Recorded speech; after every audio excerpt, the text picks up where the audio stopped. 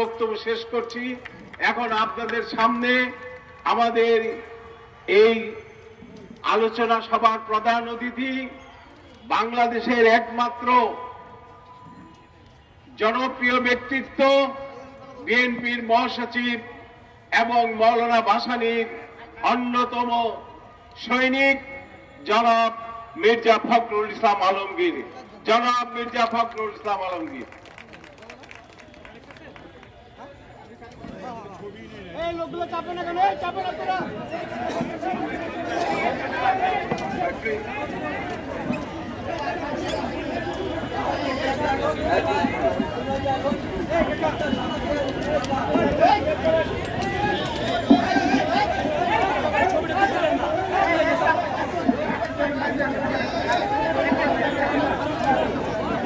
বিসমিল্লাহির রহমানির রহিম।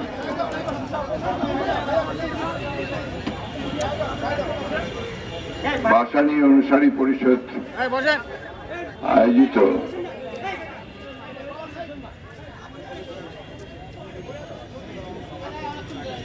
এই উপমহাদেশের কিংবদন্তির নেতা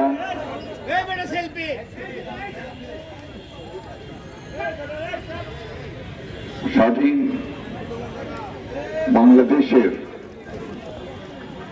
অন্যতম স্বপ্নদ্রষ্টা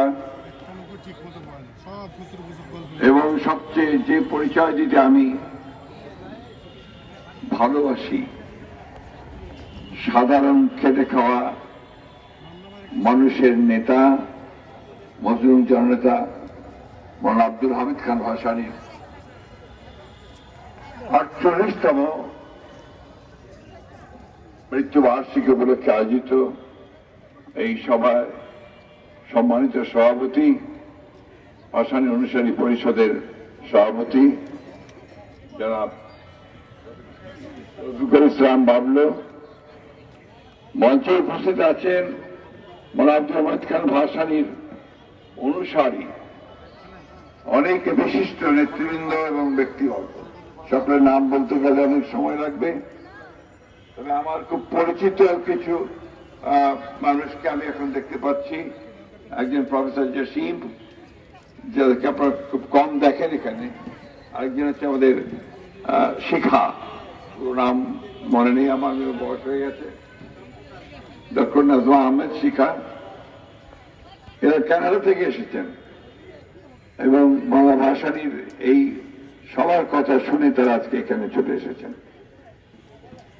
আমাদের নেতৃবৃন্দ, জাতীয় নেতৃবৃন্দ তো আছেন। প্রিয় ভাই ও বোনেরা, আসসালামু আলাইকুম। মৌলানা ভাসানী সম্পর্কে আলোচনা এত স্বল্প পরিসরে আর এত দৌড়ের মধ্যে সম্ভব নয়। মনে হয় তার প্রতি চরম অবিচার করা হচ্ছে।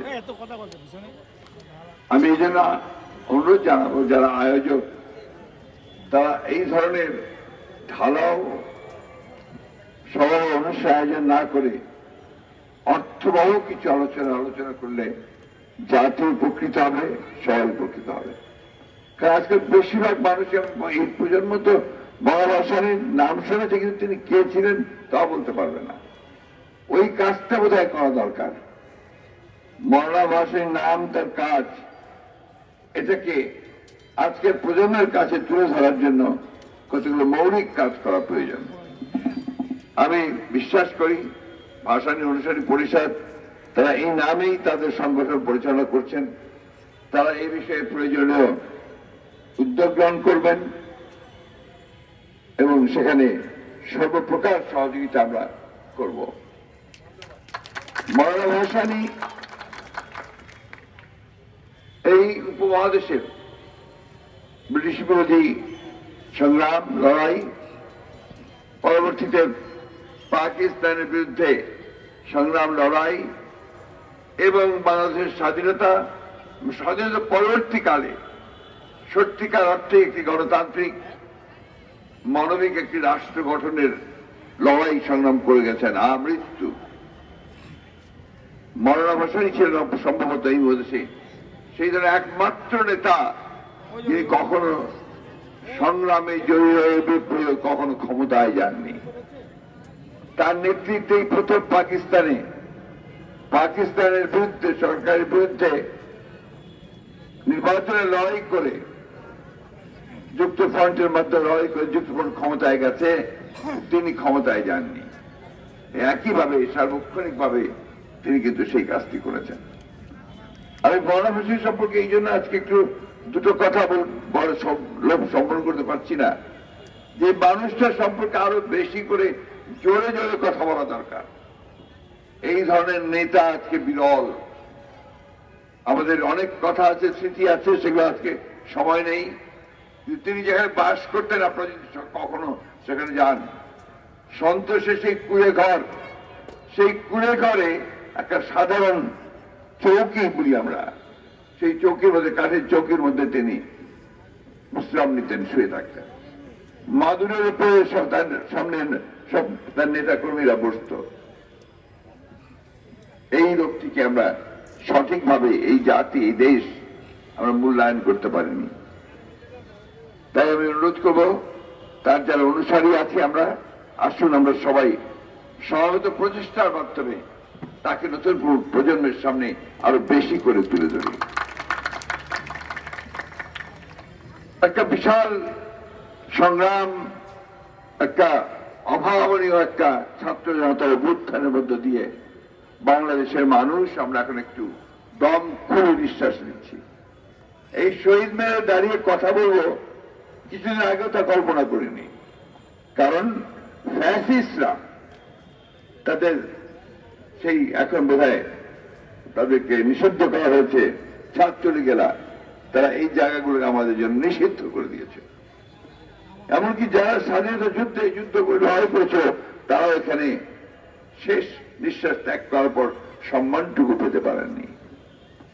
সেই ভয়াবহ দানবীয় একটা ফ্যাসিস্ট শক্তিকে এই ছাত্র জনতার অভ্যুত্থানের মধ্য দিয়ে তাদের অবসান ঘটানো হয়েছে। মানুষের মধ্যে নতুন প্রত্যাশা, যে আজকে এই সংগ্রাম করে যে নতুন সরকার আমরা পেয়েছি, ইন্টারিম গভর্নমেন্ট, অন্তর্বর্তীকালীন সরকার, এই সরকার যাদের হাতে আমরা দিয়েছি তারা সবাই অত্যন্ত যোগ্য মানুষ। দেশের সবাই সমাদৃত, বিদেশেও সমাদৃত। প্রফেসর ডক্টর আমাদের ইউনূস সাহেব, তার হাতে আমরা রাষ্ট্র পরিচালনার দায়িত্ব দিয়েছি। একটাই কথা, যে এই সময়ের মধ্যে যত দ্রুত সম্ভব, অনেক জঞ্জাল, অনেক আবর্জনা, একদিনে দুই দিনে এটাকে সরানো সম্ভব নয়। তারপর যত দ্রুত সম্ভব একটা নির্বাচন, যে কথাটা কিছু আগে মান্না সাহেব বললেন, একটা নির্বাচন দিয়ে তার দায়িত্ব তিনি পালন করবেন। কেন কত নির্বাচনের কথা বলছি? অনেকে বলছেন যে বিরোধী দল শুধু নির্বাচন করছে, রাজনীতিবিদরা নির্বাচন বলছে। আমরা আমাদের অভিজ্ঞতা থেকে নির্বাচনের কথা বলছি। কারণ একটি অবাধ সুষ্ঠু নির্বাচনে পারে একমাত্র বাংলাদেশকে একটা রাজনৈতিক স্থিতিশীলতা দিতে। যেদিন কেয়ারটেকার গভর্নমেন্ট সিস্টেমে অবলুপ্ত করা হয়েছিল, যেদিন আওয়ামী লীগ সেটাকে বাতিল করল পার্লামেন্টে, সেদিন দেশনেত্রী বেগম খালেদা জিয়া প্রেস কনফারেন্স করেছিলেন। সেই প্রেস কনফারেন্স করে তিনি বলেছিলেন যে আজকে এই কেয়ারটেকার গভর্নমেন্ট বিলুপ্তি করার মধ্যে দিয়ে বাংলাদেশের নতুন অস্থিতিশীলতার সৃষ্টি হল, একটা ইনস্টেবিলিটি, অনিশ্চয়তা, সহিংসতার সৃষ্টি হয়েছে। তাই আমরা খুব ভালোভাবে দেখেছি যে এরপর 15 বছর ধরে শুধু সংঘাত, সংঘর্ষ, হত্যা, নির্যাতন, গণতন্ত্রকে গণটিপে হত্যা করা, এনফোর্স ডিসঅ্যাপিয়ারেন্স, ফাঁসি দেওয়া থেকে শুরু করে সবকিছু একটা ভয়াবহ একদলীয় শাসন ব্যবস্থার দিকে চলে যাচ্ছিল। এই দেশ গিয়েছিল প্রায়। আমরা রাষ্ট্রের সহমতে ছাত্র জনতার অভ্যুত্থানের মধ্য দিয়ে আমরা সেটাকে পরাজিত, সে দানবকে সরাতে পেরেছি। তাই এই সরকারের কাছে যে প্রত্যাশা, যে তারা অতি অল্প সময়ের মধ্যে এই জঞ্জালগুলো সরিয়ে সকলের কাছে গ্রহণযোগ্য অংশগ্রহণমূলক নির্বাচনের ব্যবস্থা করবেন এবং নতুন বাংলাদেশ নির্মাণ করবার যে স্বপ্ন জাতি দেখেছে সেই স্বপ্নকে বাস্তবায়িত করার এক ধাপ এগিয়ে যাবেন। আজকে অনেকেই কথা বলছেন সংস্কার তো অবশ্যই করতে হবে এবং সেই সংস্কারের জন্য এই সরকার কিছু কমিশনও গঠন করেছেন। তাদের উপর জনগণের আস্থা আছে, আমাদের আস্থা আছে, কিন্তু আমরা যেন চাইবো, আমাদের যেন প্রত্যাশা, এটা স্বল্প সময়ের মধ্যে এই সংস্কার সাধন করে, বিশেষ করে নির্বাচন কেন্দ্রিক সংস্কার সাধন করে নির্বাচনের মধ্য দিয়ে সেই নতুন আলোর দিকে এগিয়ে যাওয়া।